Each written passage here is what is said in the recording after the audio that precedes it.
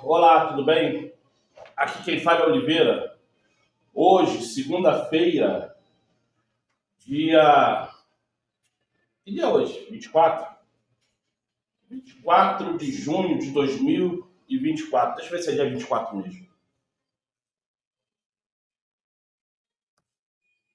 Não quer, ó.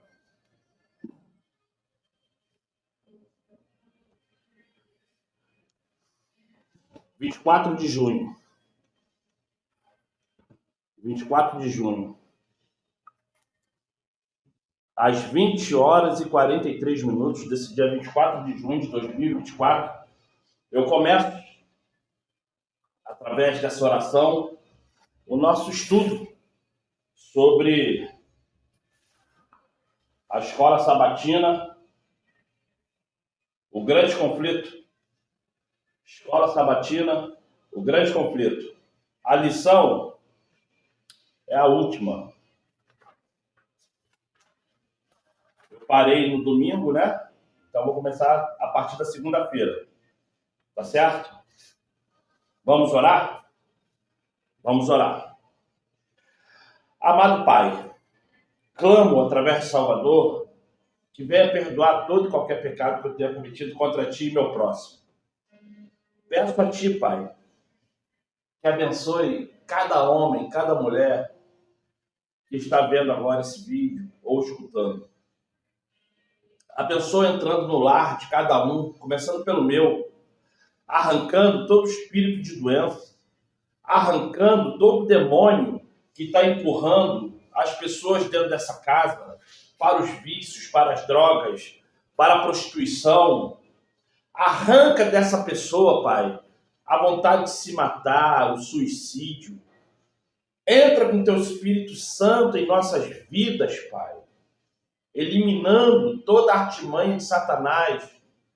Proteja tanto o meu lar como o lar desse homem, dessa mulher, que nesse exato momento agora está confirmando, falando o nome de todos os filhos, filhas, caso venha a ter, esposo, esposa.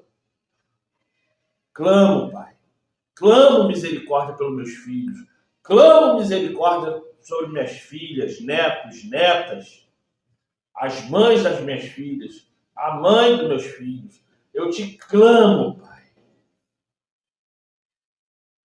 Peço perdão, Pai. E através de Salvador, escute essa oração. Muito obrigado, Pai. Assim seja, muito obrigado, assim seja. Gente, esse pequeno vídeo que eu estou fazendo agora, eu não vou começar com isso aqui. Ontem, no vídeo anterior a esse, eu falei sobre a escola sabatina, sobre o livro de Marcos. Livro Água com Açúcar, falei sobre questões da pessoa aprender a guardar a lei, praticar a lei, ensinar a lei, porque só assim podemos entender se estamos ou não na fila da salvação. Mas eu queria ler aqui agora para você, e eu peço que você pegue sua Bíblia. Se sua Bíblia está longe, dá uma pausa aí no vídeo, porque esse vídeo já deve estar gravado, e você pode pausar. Então pausa aí agora o vídeo, para que você vá lá pegar a Bíblia e você acompanhe. Abra a Bíblia. Vamos lá. Deixa eu só acabar aqui de limpar o óculos aqui na blusa. Eu já falo. Então vamos lá. Para você que deu pausa no vídeo aí, pegou a Bíblia, vamos lá. Abra o livro no livro de Tiago, capítulo 2. Tiago, capítulo 2. Se você escutar choro de cachorro, é porque meu filho arranjou um filhote. O filhote, ele está destruindo a casa toda. Fazendo cocô e xixi em tudo que é de lugar. Eu tive que prender ali para ensinar a fazer cocô e xixi no local devido. Embora aqui seja apartamento e eu não pedi cachorro nenhum. Vamos ver o que vai acontecer com esse filhote, né? Porque o meu filhote que eu estava ensinando, meu filho fez o favor de perder o cachorro na rua. Como que ele perdeu, não sei. Até hoje eu quero entender como é que ele perdeu um cachorro na rua. Mas enfim. Vamos abrir o livro em Tiago, capítulo 2. versículo 14. Estou só te falando porque se realmente você escutar choro de cachorro é porque está ali preso. Como nunca foi preso e não sabe que está preso, está ali desde cedo perturbando, chorando. Vamos lá. E está falando assim em Tiago, capítulo 2, versículo 14. Tiago, capítulo 2, versículo 14. Está falando assim. Meus irmãos, que aproveita se alguém disser que tem fé e não tiver as obras? Porventura, a fé pode salvar? E se o irmão ou a irmã estiverem nus e tiverem falta de mantimento cotidiano? Olha, eu não sabia que cotidiano escreve assim, não. Eu acho que escreveram aqui errado, mas enfim, depois eu vou ver. Cotidiano é Q-U-O, cotidiano. Geralmente é C-O, né? Cotidiano. Mas se está escrito assim é porque tem um porquê. Nus e tiverem falta de mantimento cotidiano. E alguém de vós lhe disser, ide em paz, aguentai-vos e fartai-vos, mas não lhes deste as coisas necessárias para o corpo, que proveito virá daí? Assim também a fé. Se não tiver as obras, é morta em si mesma. Mas dirá alguém, tu tens a fé e eu tenho as obras. Mostra-me a tua fé sem as tuas obras, e eu te mostrarei a minha fé pelas minhas obras. Tu crês que há um só Criador? Fazes bem. Também os demônios o creem e estremecem. Mas, ó homem, queres tu saber que a fé sem obras é morta? Porventura, o nosso pai Abraão não foi justificado pelas obras quando ofereceu sobre o altar seu filho Isaque? Bem vês que a fé cooperou com as suas obras, e que pelas obras a fé foi aperfeiçoada. Eu vou parar aqui no versículo 22 e vou voltar para o 14 e vou ler conforme tem que ser lido, para você entender o que é fé e o que é obra. Só um minutinho, calma aí, vou dar uma pausa aqui no celular, aqui, só para dar uma acalmada nessa cachorra, e já volto aqui, só um minutinho. Então, vamos lá. Sossegou ali, graças ao bom Criador, sossegou. Foi ali, falei com ela, sossegou. Espero que ela não chore mais. Então agora eu vou ler da maneira correta para a gente entender, tá bom? Vamos lá. Tiago 2, versículo 14. Meus amigos, que proveita se alguém disser que tem obediência e não tiver o espiritual? Porventura, a obediência pode salvá-lo? Ou salvá-la? E se o irmão ou a irmã estiverem nus, essa questão do nu não é porque está sem roupa. O nu é quando a pessoa simplesmente não tem nada. Não é uma questão de roupa. É uma questão da pessoa realmente não ter nada. E tiverem falta de mantimento cotidiano. E algum de vós lhe disser, ide em paz. Isso é, se alguém chegar para você e falar assim, a paz do Senhor, a paz do Senhor, sejam abençoados. Você tendo um monte de coisa para ajudar o próximo e não tendo condições de... Condições tem. O que não tem é a sabedoria de ajudar o próximo. Só um minuto que o cachorro está de novo ali.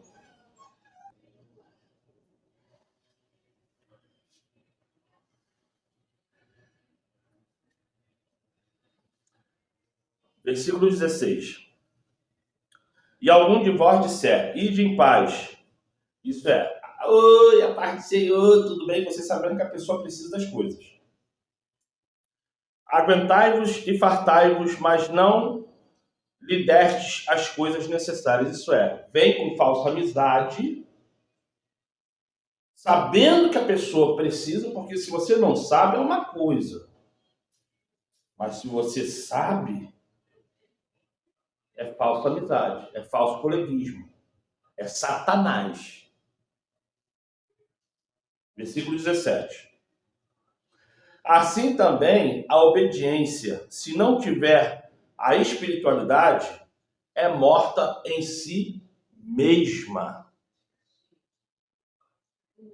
Mas dirá alguém: tu tens a obediência e eu tenho a espiritualidade. E eu te mostrarei a minha obediência pela minha espiritualidade. Isto é, eu mostrarei a você o meu amor fraternal e a minha caridade ao próximo através da minha espiritualidade, porque a minha obediência está alicerçada em cima daquilo que é justiça, que é lei.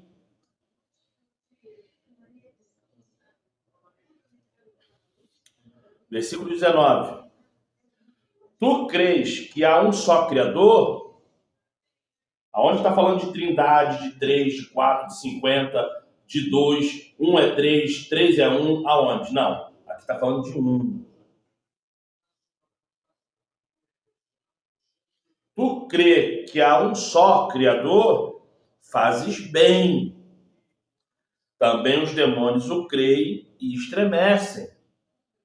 Mas, ó homem, queres tu saber que a obediência sem a espiritualidade é morta? Porventura, nosso pai Abraão, quando ofereceu sobre o altar seu filho Isaque, bem vês que a obediência cooperou com a sua espiritualidade. Sabe por que a obediência cooperou com a espiritualidade? Porque para você ser espiritual, verdadeiramente espiritual, você tem que ser obediente. Como é que você pode dizer que você é espiritual se você não é obediente? Como é que você pode dizer que isso que você fala em línguas aí é do céu, se você tem gato no seu relógio de luz? Se você dá golpe em pessoas e não paga o que pega emprestado, deve a todo mundo, dá calote na companhia de água, põe coisas roubadas dentro da sua casa com consciência que é roubo.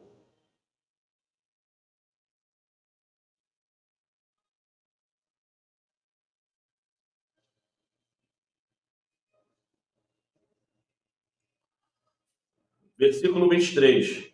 Não, versículo 22. Bem vês que a fé cooperou com as suas obras. Isso é, bem vês que a obediência cooperou com a espiritualidade. E que pelas obras da sua obediência foi se aperfeiçoando na sua espiritualidade. E cumpriu-se a escritura que diz: e creu Abraão no Criador, e foi-lhe isso imputado como justiça. Justiça. E foi chamado amigo. Vedes então que o homem é justificado pela espiritualidade e não somente pela obediência. De igual modo, Rabi, a meretriz, não foi também justificada pela espiritualidade. Isso é, o Espírito tocou nela para ela olhar para aqueles homens que estavam ali dentro da cidade e ajudar. E o que estava em jogo ali era a própria vida dela. O que estava em jogo ali era ela e todo mundo que estava dentro daquela casa morrer, ser esquartejados. Então não vem falando que Raabe fez algo simples, porque não fez. Uma mulher sem estudo, prostituta, olhou para alguns homens que não eram dali, eram estrangeiros, o Espírito tocou nela, ela falou assim: deixa comigo, confia em mim, que eu vou ajudar vocês. E ajudou. E por isso ela foi recompensada. Ninguém tocou nela. Sabe por quê? Porque a obediência sem a espiritualidade é morta. Se ela não fosse obediente ao que o Espírito tivesse falado com ela, ela teria morrido. Porque era certo Israel ganhar como ganhou. E ela ia ser morta.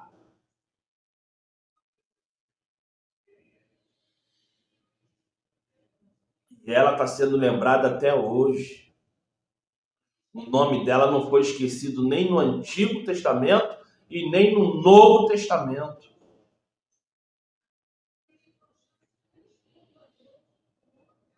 Mas a sabedoria que vem do alto, isso é, o Espírito que te liga ao Criador, a tua mente ligada ao Criador, primeiramente pura, depois pacífica, moderada, tratável, cheia de misericórdia e de bons frutos, sem parcialidade e sem hipocrisia. Ora, o fruto da justiça semeia-se na paz, para que os que exercitam a paz. Por que eu estou falando isso? Porque ontem, se você ver o vídeo anterior a esse, você vai observar que eu falei um monte de coisas falando só sobre a lei. Justiça, lei, justiça, lei, justiça, lei. E o que eu quero que você entenda agora, que maior do que a justiça, maior do que a lei, é o amor. É o ato de você saber servir ao próximo. É o ato de você olhar e saber a necessidade do outro e cooperar para que aquela necessidade acabe. E o outro que está na necessidade, saber, através do amor, não ser pesado para a pessoa que está o ajudando. Qualquer coisa que eu venha falar aqui, você tem que entender primeiramente. O entendimento da lei, pela guarda, prática e ensinamento, só é válida, só é grande a partir do momento que você consegue entender o que é ser útil ao próximo, sem que seja pesado ao próximo, e aquele próximo que você está ajudando, ele saber reconhecer o seu esforço e também não ser pesado para você. Porque tem que ser algo mútuo. A obediência, que significa fé, ela tem que estar ligada às obras, que significa espiritualidade, espiritual. Isto é, eu só posso mover alguma coisa a você se a minha mente estiver ligada ao Criador, conforme está aqui escrito no versículo 18 do capítulo 3.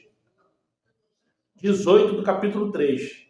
Porque eu acabei entrando aqui no versículo 16, 17, 18 do capítulo 3 e esqueci de falar, tá?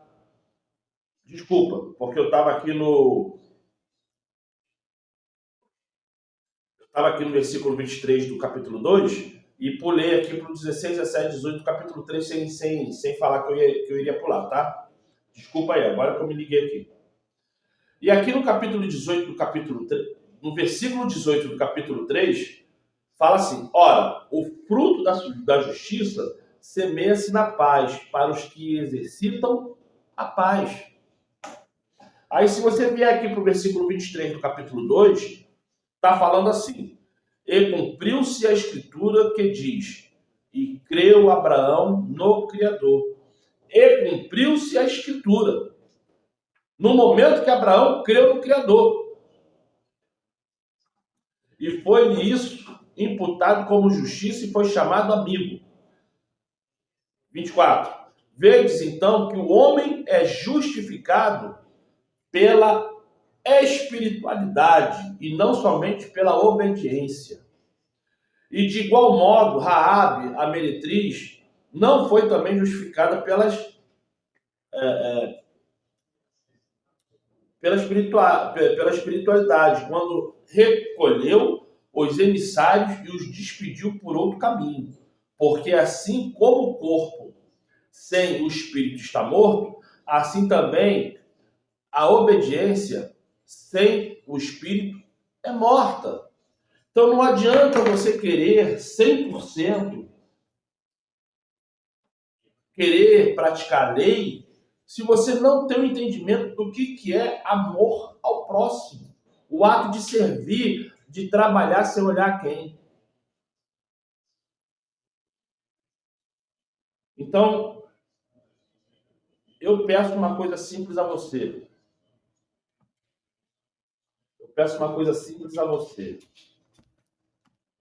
Seja abençoado, você e sua família. Se inscreva no canal, compartilhe seu like, toca no sininho. Mas algo mais importante do que isso é o que eu vou te falar agora. Não adianta você não falar o nome de Jesus, não adianta você não falar o nome de Deus, não adianta você ficar falando de algo, Yahushua, Yeshua, não adianta você ficar de domingo a sábado dentro de um templo religioso ou fora de um templo religioso falando que aquele ou aquela que está dentro de um templo religioso está perdendo tempo, está sendo burro. Não adianta. Se você não sabe praticar a paz e não sabe amar o próximo, já foi. É perca de tempo da tua vida você acreditar que você tem direito à salvação. É importantíssimo você ler os mandamentos, estudar, praticar e ensinar. Isso é a coisa mais importante que você pode fazer na sua vida. Mas se você não tiver a misericórdia, se você não tiver a paz, se você não souber o que é misericórdia eu quero, você está perdendo o maior tempo da sua vida. Tu pode ser satanista, tu pode ser Hare Krishna, tu pode ser budista, tu pode ser o que você quiser.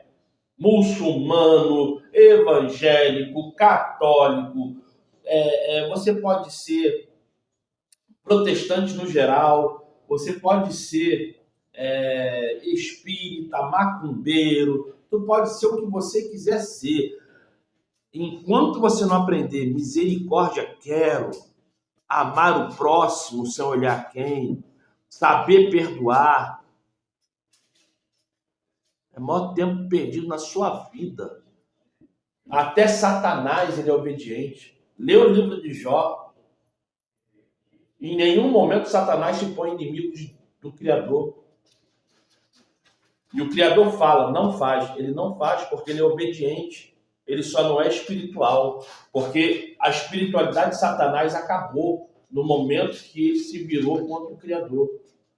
Os demônios que o macumbeiro serve, que põe aí um monte de nome aí, em cada país do mundo, esses mesmos demônios têm um nome diferente. Na Umbanda, Quimbanda, Candomblé, os nomes que você conhece popularmente aí, em qualquer lugar do mundo, são os mesmos demônios com nomes diferentes. Mas eu vou falar para você.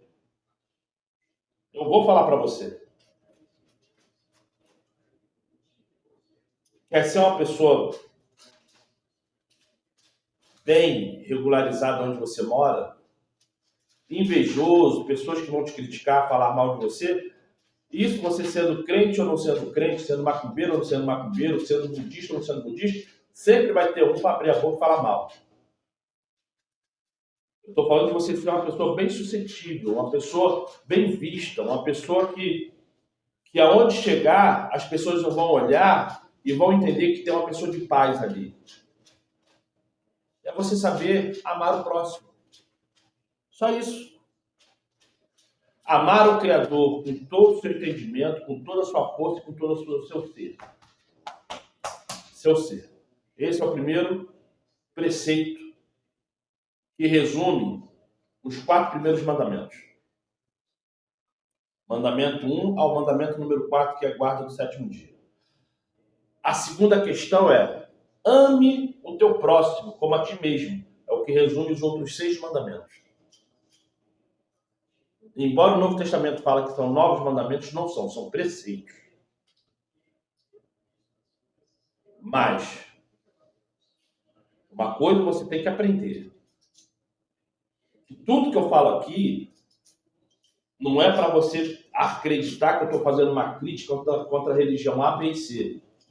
Porque eu falo mesmo, eu quero mais que as placas religiosas explodam. Testemunho de Jeová, Adventista do 7º dia, Adventista da promessa, Adventista disso, Adventista daquilo, as macumbas da vida. Enfim, qualquer religião, qualquer placa religiosa, eu quero que se exploda. Porque a placa religiosa é dirigida por homens, e esses homens que estão ali, eles adoram ficar na aba do dinheiro alheio. Eles só é bonzinhos quando está em público. Quando está no particular, são lobos. Quantos pastores passam por mim de carro e nunca param para dar carona? Alguns param, mas a grande maioria não para dar carona. Até porque o carro é deles, comprado com o suor deles. Então, só entra no carro deles da mesma forma que só entra na casa deles pessoas que têm algum interesse em comum. Se você não serve, não entra. E é isso que eu quero que você entenda. Eu quero agora que você veja esse vídeo que eu vou colar junto com esse aqui que eu estou falando.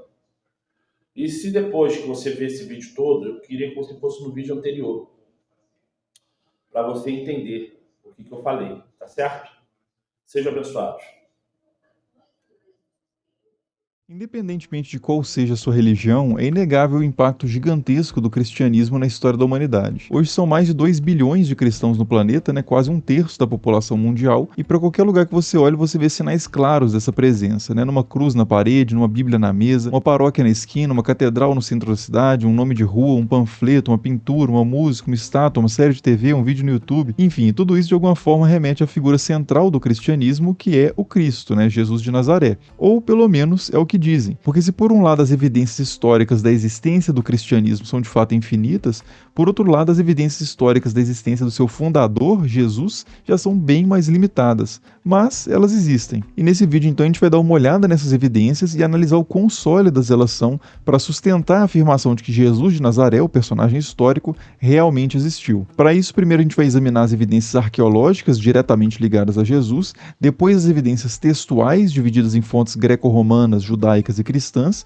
e por fim a gente vai fazer um balanço de todos esses dados e avaliar se eles são de fato conclusivos ou não. E eu acho interessante começar pelas evidências arqueológicas, porque geralmente esse é o tipo de evidência que as pessoas valorizam mais, evidências palpáveis, concretas, sólidas, tipo os restos mortais da pessoa, ou uma lápide com o seu nome, ou uma moeda com o seu rosto, cunhada quando a pessoa era viva, ou alguma coisa parecida. Mas o problema é que esse tipo de evidência é extremamente raro, e quando ele existe, é mais para o caso de pessoas da mais alta elite da sociedade, o que não era nem de longe o caso de Jesus. E mesmo assim, mesmo para membros da elite, esse tipo de evidência é raríssimo. Até recentemente, a gente não tinha nenhuma evidência arqueológica, por exemplo, que validasse a existência histórica de Pôncio Pilatos, que era a pessoa mais poderosa da Judéia nos tempos de Jesus. A gente não tinha nenhum vestígio do seu corpo, nem da sua sepultura, nem de moedas com seu rosto, nem com seu nome, nem estátuas, nem nada. E não tem até hoje, nada disso que eu mencionei, Mas a gente tem, desde 1961, poucas décadas atrás, uma inscrição numa parede na cidade de Cesareia Marítima que fala de um tal Pôncio Pilatos, prefeito da Judéia,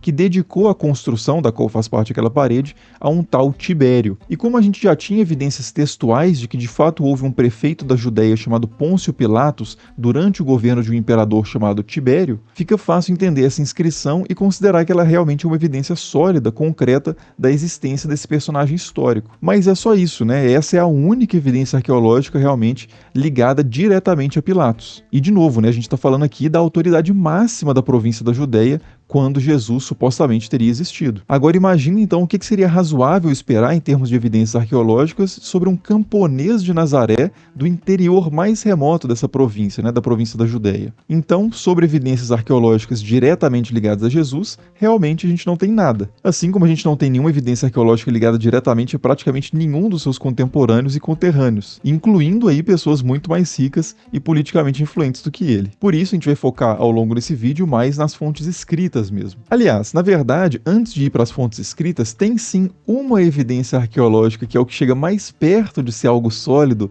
e concreto a respeito de Jesus, que de vez em quando aparece nas discussões sobre a existência histórica desse personagem, que é essa caixa aí que vocês estão vendo. Esse objeto aí é um ossuário, que é um recipiente de ossos típico dos sepultamentos judaicos do primeiro século. Ele foi encontrado em 2002 e o que torna ele especial entre os vários outros ossuários que a gente tem nesse contexto é uma inscrição em aramaico que aparece em um dos lados dele, que diz o seguinte: Yaakov bar Yosef Akui de Yeshua, ou seja, esse seria o ossuário de Tiago, filho de José, irmão de Jesus. Como esse ossuário foi de fato datado do primeiro século depois de Cristo, e ele traz esses três nomes associados, Tiago, José e Jesus, muitas pessoas logo começaram a suspeitar que ele poderia ser o ossuário de Tiago, chamado de Tiago o Justo, que é um personagem que aparece na Bíblia como sendo irmão de Jesus e filho de José. Consequentemente, a gente teria aí uma evidência concreta da existência de um irmão de Jesus, o que indiretamente seria uma evidência da existência do próprio Jesus. E isso de fato não é impossível, mas também não é muito certo, porque há uma série de detalhes que a gente tem que considerar aí nessa história. O primeiro detalhe é que esses três nomes, Tiago, José e Jesus, estão entre os nomes masculinos mais comuns daquele contexto.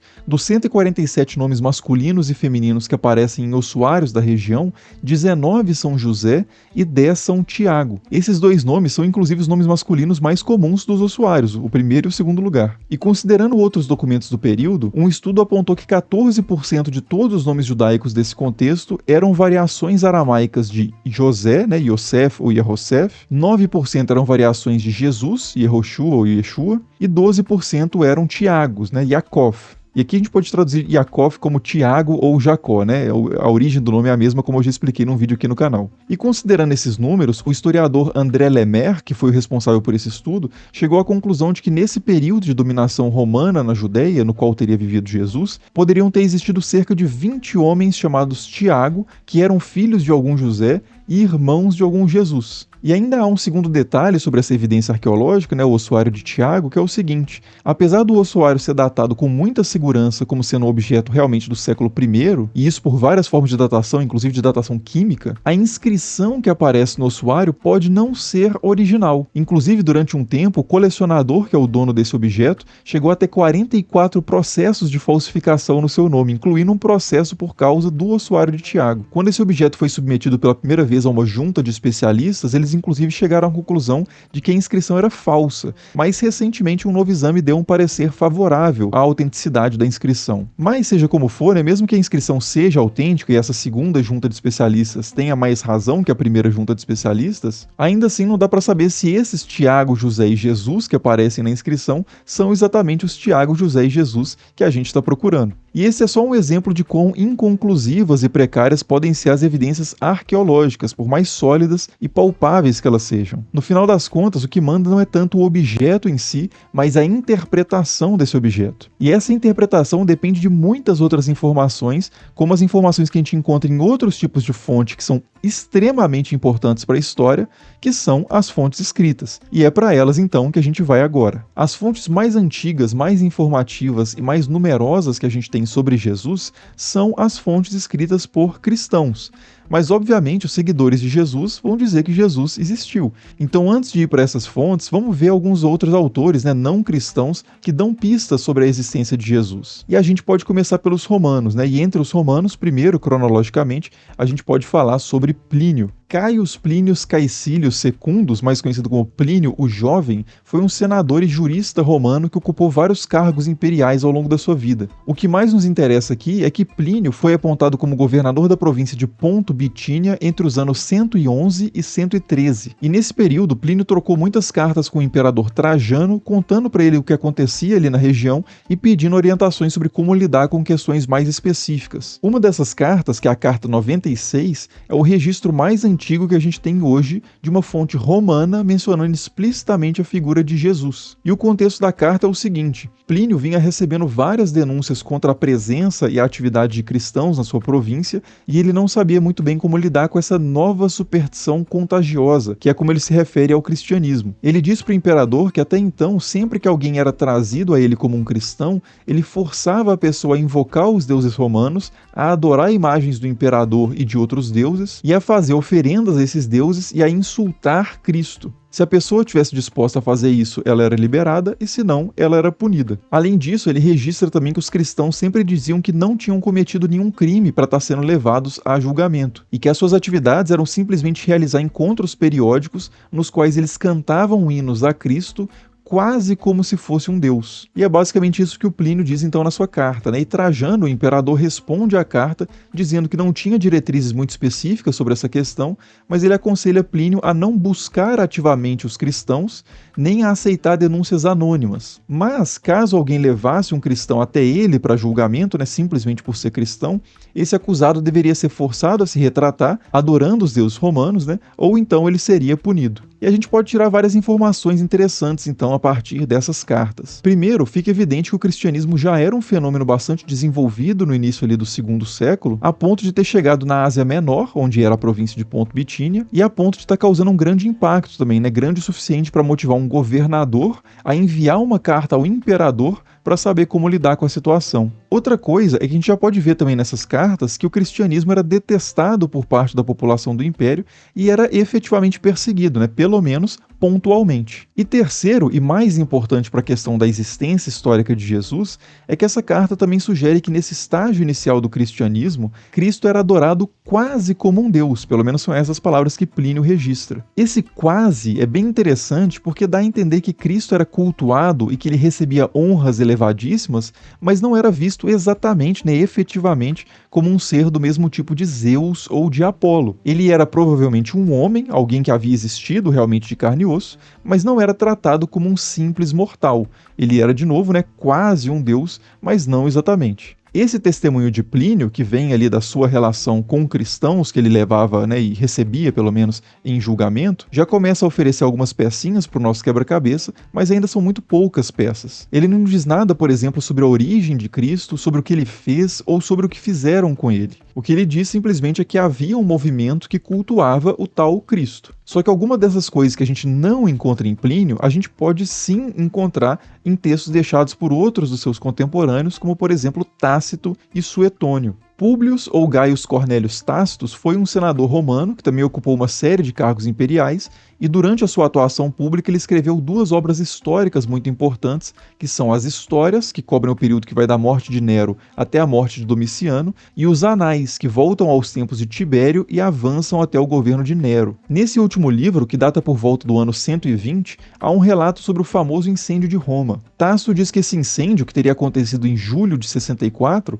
foi atribuído por parte da população ao imperador Nero. Mas o Nero, para se livrar dessa acusação popular, passou a culpa para um grupo que era detestado na cidade, a quem a multidão chamava de cristãos, ou melhor, de crestãos. O texto diz o seguinte: Nero substituiu como culpados e puniu de maneiras incomuns aqueles odiados por seus atos vergonhosos, a quem a multidão chamava de crestãos. O fundador desse nome, Cristo, havia sido executado no reino de Tibério pelo procurador Pôncio Pilatos. Suprimida por um tempo essa mortal superstição, o cristianismo, irrompeu novamente não apenas na Judéia, a origem desse mal, mas também na cidade de Roma, onde todas as coisas terríveis e vergonhosas de todos os lugares se encontram e se tornam populares. Esse documento não só diz muito sobre o cristianismo inicial, mas também diz coisas muito importantes sobre a própria figura de Cristo. Tácito registra que que Cristo viveu nos tempos de Tibério, que foi imperador entre 14 e 37. Diz também que ele foi executado sob Pilatos, governador da Judéia, entre 26 e 36. E diz que o movimento que ele iniciou, que Cristo iniciou na Judéia, já estava presente em Roma no ano 64, onde era considerado por muitos como sendo um mal e uma superstição, ou seja, um culto ilegítimo. Tácito escreveu essas palavras no início do segundo século e certamente não foi testemunha direta de quase nada disso,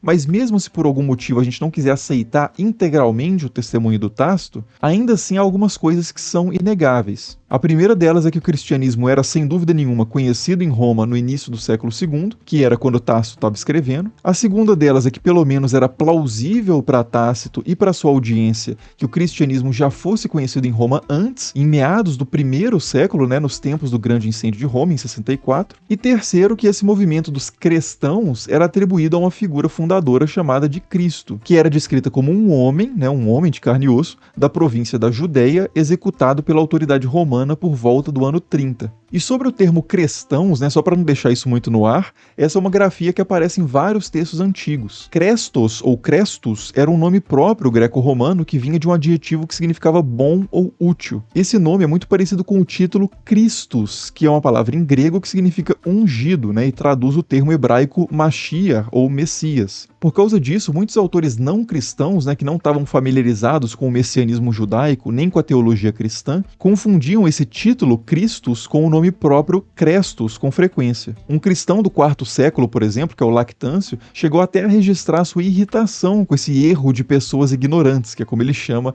essa confusão. Outra fonte antiga, inclusive, sobre Jesus, que também faz essa confusão, de Crestus com Christus, é Suetônio. Gaio Suetônios Tranquilos também foi um autor romano que viveu na virada do primeiro para o segundo século e deixou uma obra muito importante, chamada Vida dos 12 Césares. Essa obra traz as biografias dos governantes romanos desde Júlio César até Domiciano, e no meio disso, na biografia do imperador Cláudio, que reinou entre 41 e 54, a gente encontra mais uma referência a Crestus, que é o seguinte: ele, Cláudio, o imperador, expulsou os judeus de Roma, pois eles estavam sempre causando perturbações por causa do instigador Crestus. Como Crestus, como eu já disse, não era um nome comum judaico, mas sim um nome comum greco-romano, é improvável que o Crestus citado aqui nessa passagem seja algum judeu. E também é improvável que o instigador por trás de uma perturbação entre judeus fosse um não-judeu. Por isso, a maioria dos historiadores hoje entende que essa passagem se refere a disputas que aconteciam entre judeus em torno da figura de Jesus,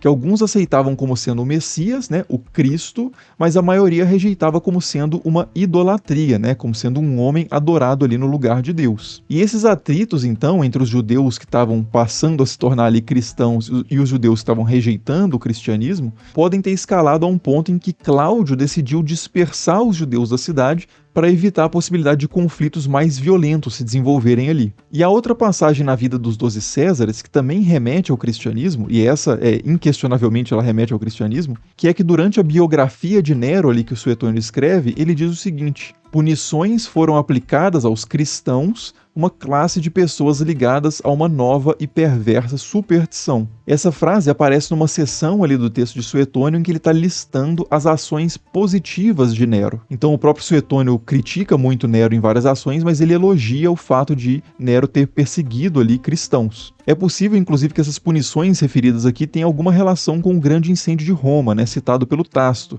mas o autor não deixa isso claro. E uma coisa curiosa aqui é que o Suetônio, nessa passagem, escreve cristãos com I mesmo, e não com E, o que levou alguns historiadores a questionarem por que ele teria escrito Crestus e não Christus na primeira passagem, se aquele personagem, o instigador Crestus, fosse de fato o fundador do cristianismo. Mas a questão é que é perfeitamente possível que o Suetônio, que faz só essas duas referências bem curtas ao cristianismo na sua obra, não conhecesse muito bem o movimento e, consequentemente, ele tenha deixado passar a conexão entre esses termos, Crestus e Christiani, cristãos. Mas, de qualquer forma, essa é mais uma fonte que aponta para a presença significativa ali de cristãos em Roma no primeiro século, pelo menos ali durante o governo de Nero, e se a gente entender que o instigador Crestus é uma referência de fato a Cristo, a Jesus, então essa fonte aponta para a existência do cristianismo antes ainda, na primeira metade do primeiro século, durante o tempo ali de Cláudio. Bom, e essas são as três principais fontes antigas greco-romanas sobre o cristianismo e sobre Cristo. Mas antes de passar para as fontes judaicas, que são muito interessantes também, vale a pena a gente falar rapidamente de outras duas fontes greco-romanas, um pouco mais tardias, mas que também falam coisas bem curiosas sobre Jesus. A primeira delas é um texto satírico chamado A Morte de Peregrino, escrito por Luciano de Samósata por volta do ano 165. Nesse texto, Luciano conta a história de um homem chamado Peregrino, que associou-se aos sacerdotes e escribas cristãos da Palestina e logo dominou a comunidade. Peregrino, ainda segundo Luciano, explicou e comentou alguns textos sagrados e até mesmo escreveu alguns. Os cristãos o tomaram como profeta, líder, chefe da sinagoga e até mesmo como um deus. Ele só não foi mais adorado pelos cristãos do que um homem da Palestina que foi crucificado por trazer essa nova forma de iniciação ao mundo. Esse texto, como eu disse, é uma sátira, né? Ele não se propõe de forma alguma a ser um documento histórico confiável, e o seu objetivo principal é, na verdade, fazer graça com a figura ali de Peregrino de Parião, que era um contemporâneo de Luciano, e de passagem fazer graça também com o cristianismo, né? Que o Luciano considerava como sendo o cúmulo da credulidade. Sobre isso, inclusive, ele diz no texto o seguinte, né? Que os cristãos se convenceram de que são imortais e viverão para sempre, que eles desprezam a morte e se entregam a ela de boa vontade, e que eles adoram aquele sofista crucificado que os ensinou a negar os deuses gregos. E tudo isso os cristãos seriam aceitos somente pela fé, sem qualquer evidência. Então, ainda segundo Luciano, se uma pessoa fraudulenta e astuta que sabe tirar vantagem da situação vem entre eles, entre os cristãos, essa pessoa pode ficar rica em pouco tempo enquanto ri dessas pessoas tolas. E de novo, né, esse é um texto ficcional, mas é um texto ficcional que está comentando algo ali da realidade do segundo século e, portanto, né, independentemente dos méritos ou deméritos da opinião de Luciano sobre o cristianismo, o fato é que esse texto serve como mais um testemunho da tradição de que o cristianismo teria surgido a partir dos ensinamentos de alguém, de um homem de carne e osso, que foi crucificado. E é um testemunho também de que os seguidores desse homem, né, os cristãos, também vinham sendo executados nos tempos de Luciano por causa das suas crenças e do seu modo de vida. Bom, e por último, né, para encerrar as fontes principais greco-romanas sobre Jesus,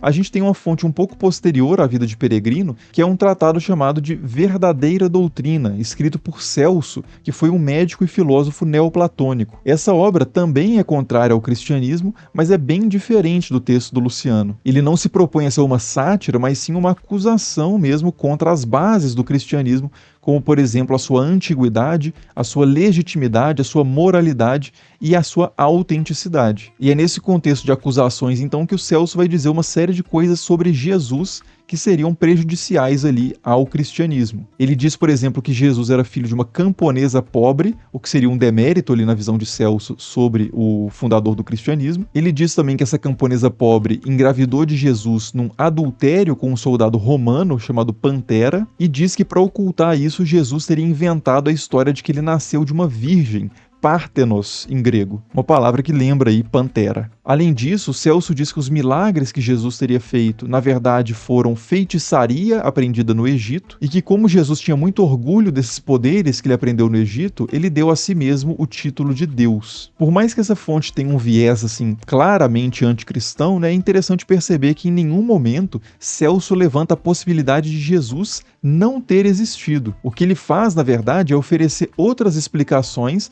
para as alegações positivas dos cristãos. Então, por exemplo, ele diz que Jesus tinha poder sim, mas era feitiçaria egípcia. Ele diz que havia sim o boato de que Jesus nasceu de uma virgem, mas isso era para abafar o adultério da sua mãe. E ele também diz que as pessoas consideravam sim que Jesus era Deus, mas isso era um boato delirante, na verdade, e um boato orgulhoso que o próprio Jesus teria criado. Ou seja, apesar de virar o cristianismo de ponta cabeça, o Celso parece não duvidar em hora nenhuma de que as tradições sobre Jesus tinham algum lastro em uma pessoa real, histórica, né, de carne e osso. Bom, e essas então são 5 fontes importantes greco-romanas sobre Jesus e sobre o cristianismo antigo. Mas como eu já antecipei, essas não são as únicas fontes não cristãs que a gente tem para avaliar a questão da historicidade de Jesus. Há também fontes judaicas bem interessantes que a gente pode e deve considerar a partir de agora. A primeira dessas fontes talvez seja a principal fonte não cristã sobre esse tema, né, da existência histórica de Jesus, que é o historiador judeu Flávio Josefo.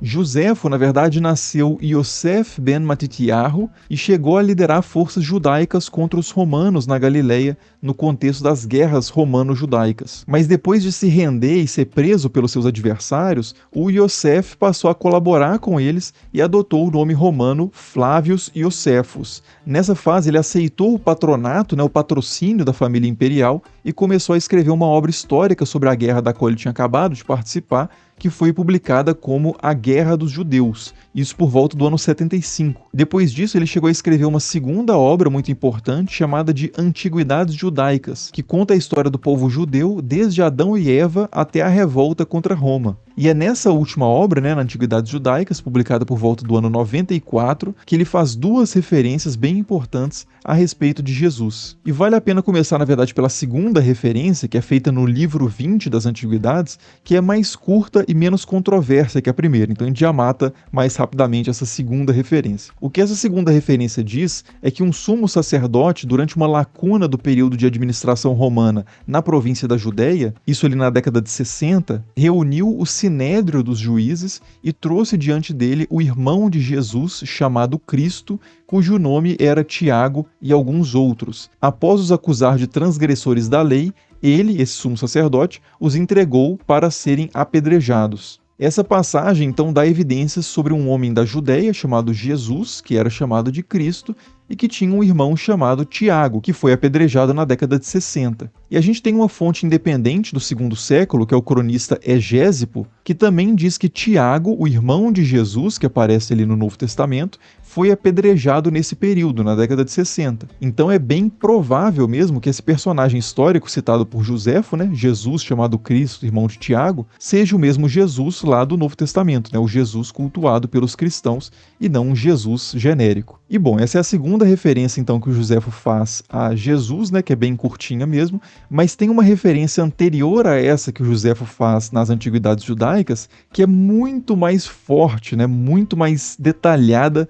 do que essa, tão forte, tão detalhada inclusive, que é considerada como sendo bastante suspeita. Essa primeira referência aparece no livro 18 do Antiguidades Judaicas e é conhecida no debate aí sobre essa questão da existência de Jesus como o Testimonium Flavianum, né, o testemunho de Flávio Josefo. E ela é tão importante mesmo que vale a pena citar a passagem aqui na íntegra. O que o Josefo diz é o seguinte: nessa época viveu Jesus, um homem sábio, se é de fato correto chamá-lo de homem, pois ele realizava feitos surpreendentes e era um mestre para as pessoas que aceitavam a verdade com prazer. Ele conquistou muitos judeus e muitos gregos, ele era o Messias. Pilatos, quando o ouviu ser acusado pelos líderes entre nós, o condenou à cruz, mas aqueles que o tinham amado inicialmente não deixaram de amá-lo, pois no terceiro dia ele apareceu a eles novamente vivo, porque os profetas divinos tinham profetizado essa e inúmeras outras coisas sobre ele.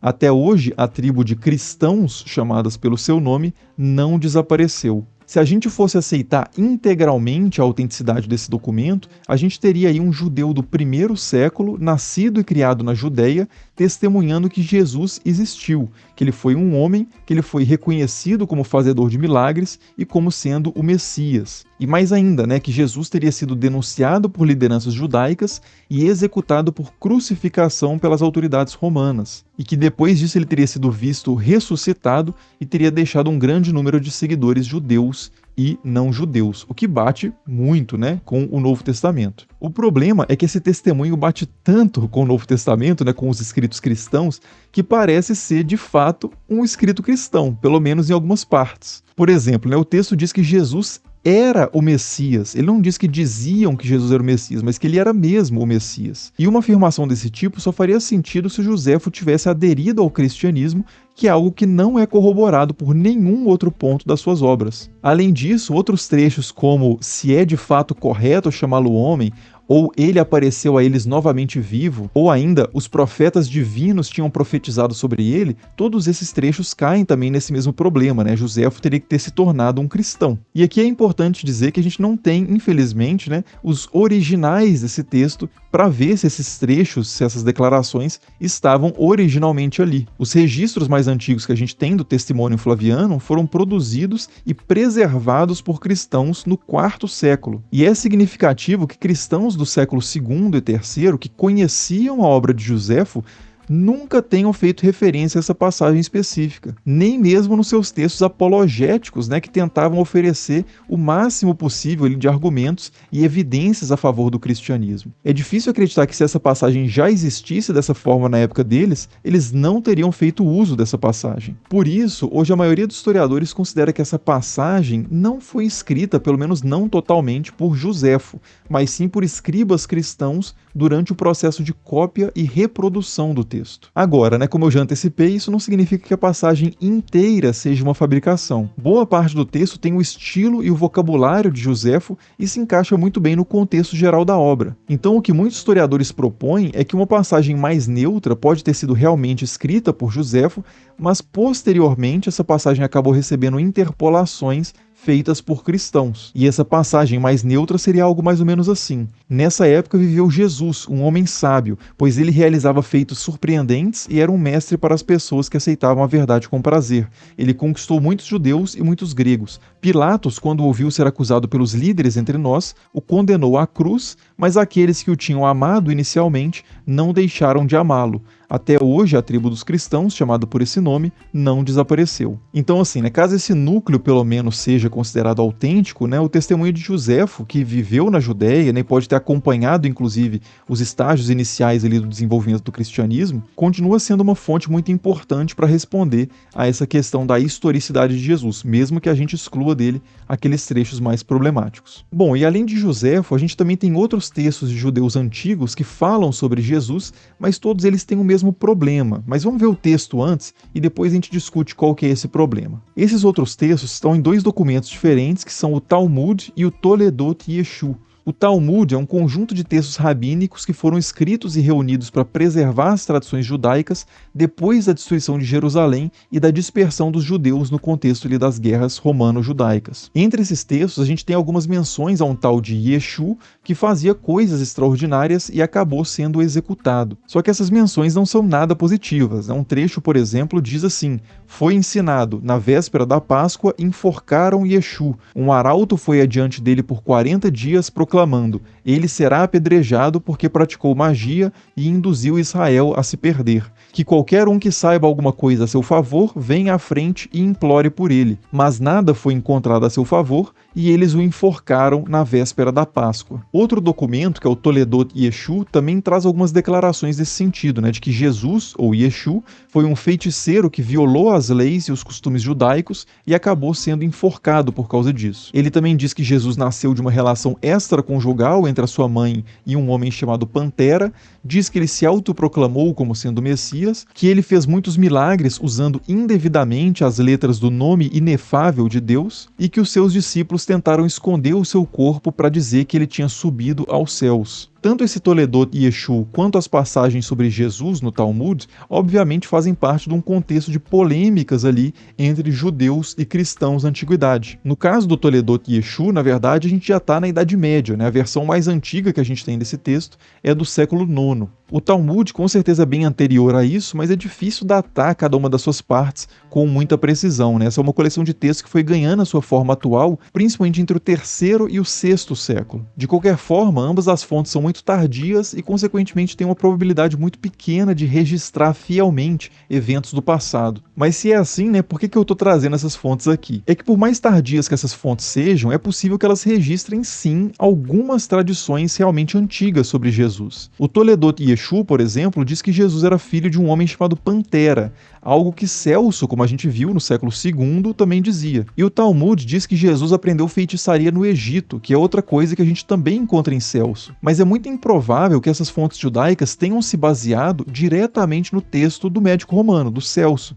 porque há muitas divergências também entre eles. Celso, por exemplo, diz que a mãe de Jesus ganhava a vida fiando tecidos. Já o Talmud diz que ela era cabeleireira. Celso diz que Pantera, o pai de Jesus, era um soldado romano. O Toledot Yeshu já diz que Pantera era um judeu da tribo de Judá. Então, assim, é muito mais provável que tanto Celso quanto essas fontes judaicas tenham se baseado em tradições orais anticristãs bem antigas. E por mais enviesadas que essas fontes possam ser, elas pelo menos dão testemunho de que a oposição judaica ao cristianismo passava frequentemente por uma difamação da figura de Jesus, mas nunca pelo questionamento da sua existência histórica. Ao dizer que Jesus era uma pessoa má, por exemplo, elas dizem pelo menos que Jesus era uma pessoa. Bom, e aproveitando que a gente está falando de fontes enviesadas aqui, não dá para encerrar essa discussão sem considerar o principal conjunto de fontes existentes sobre Jesus, que é o Novo Testamento, as fontes que os próprios cristãos escreveram a favor da sua tradição, da sua crença. Muitas vezes, quando se pergunta sobre as fontes que existem para atestar a existência histórica de Jesus,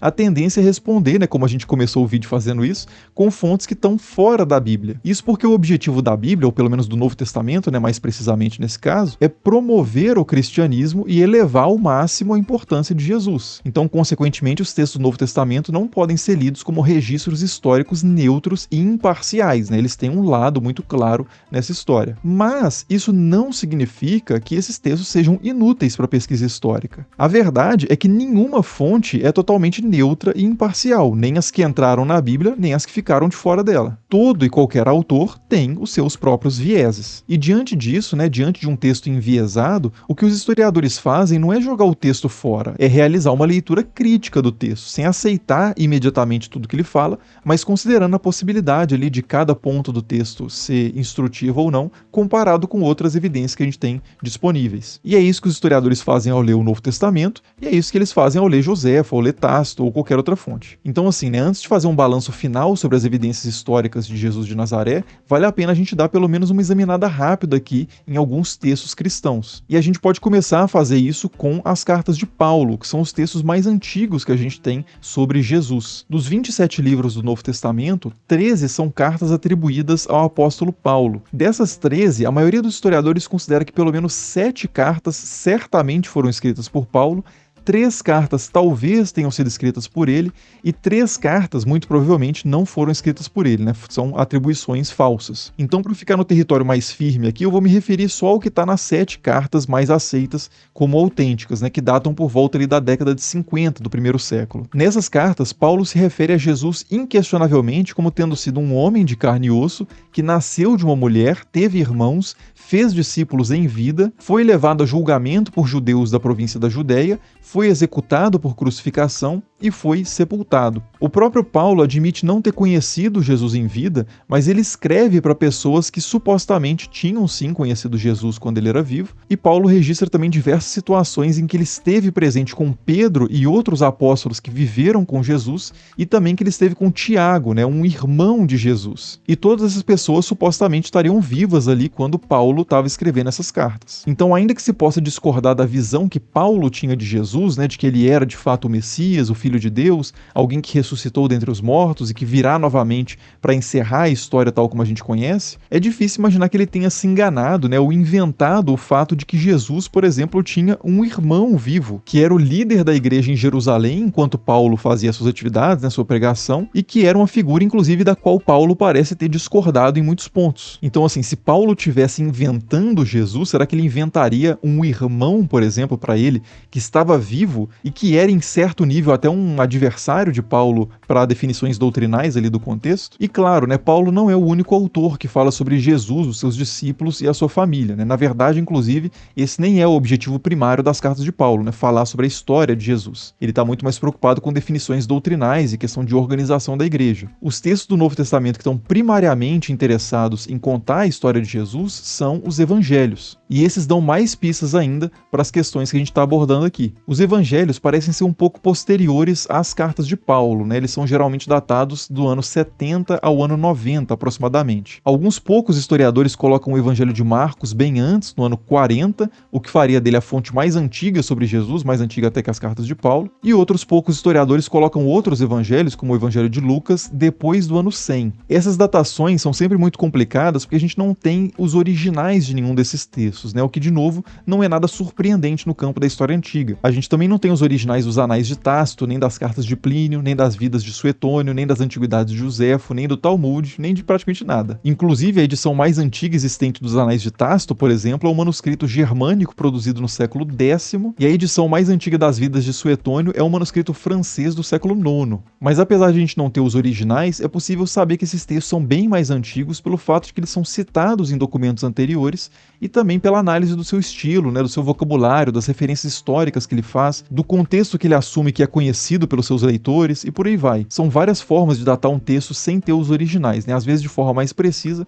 às vezes nem tanto. E só de curiosidade, né, no caso dos evangelhos, a evidência material mais antiga que a gente tem de algum deles é um fragmento minúsculo com partes do evangelho de João, que data do início do século II. Então esse evangelho é certamente anterior a isso, né, mas é difícil dizer com certeza quão anterior. E para complicar um pouco mais essa situação, se é que ela não está complicada o suficiente, é possível perceber claramente que os evangelhos são textos que se basearam em fontes anteriores. O evangelho de Lucas, inclusive, diz isso explicitamente, né? Ele começa com as seguintes palavras: visto que muitos já tentaram compor uma narração dos fatos que se cumpriram entre nós, conforme nos transmitiram os que desde o princípio foram testemunhas oculares e ministros da palavra, a mim também pareceu conveniente, após a curada investigação de tudo desde o princípio, escrever-te de modo ordenado, ilustre Teófilo, para que verifique a solidez dos ensinamentos que recebeste. Mas mais interessantes ainda que essas evidências explícitas a fontes anteriores aos evangelhos são as evidências implícitas. Para dar só um exemplo aqui, que eu acho que é um dos exemplos mais interessantes, no evangelho de Lucas, Jesus aparece criticando um grupo de judeus por eles darem o dízimo da hortelã, da arruda e de todas as hortaliças, mas deixarem de lado a justiça e o amor de Deus. E no evangelho de Mateus existe uma passagem muito parecida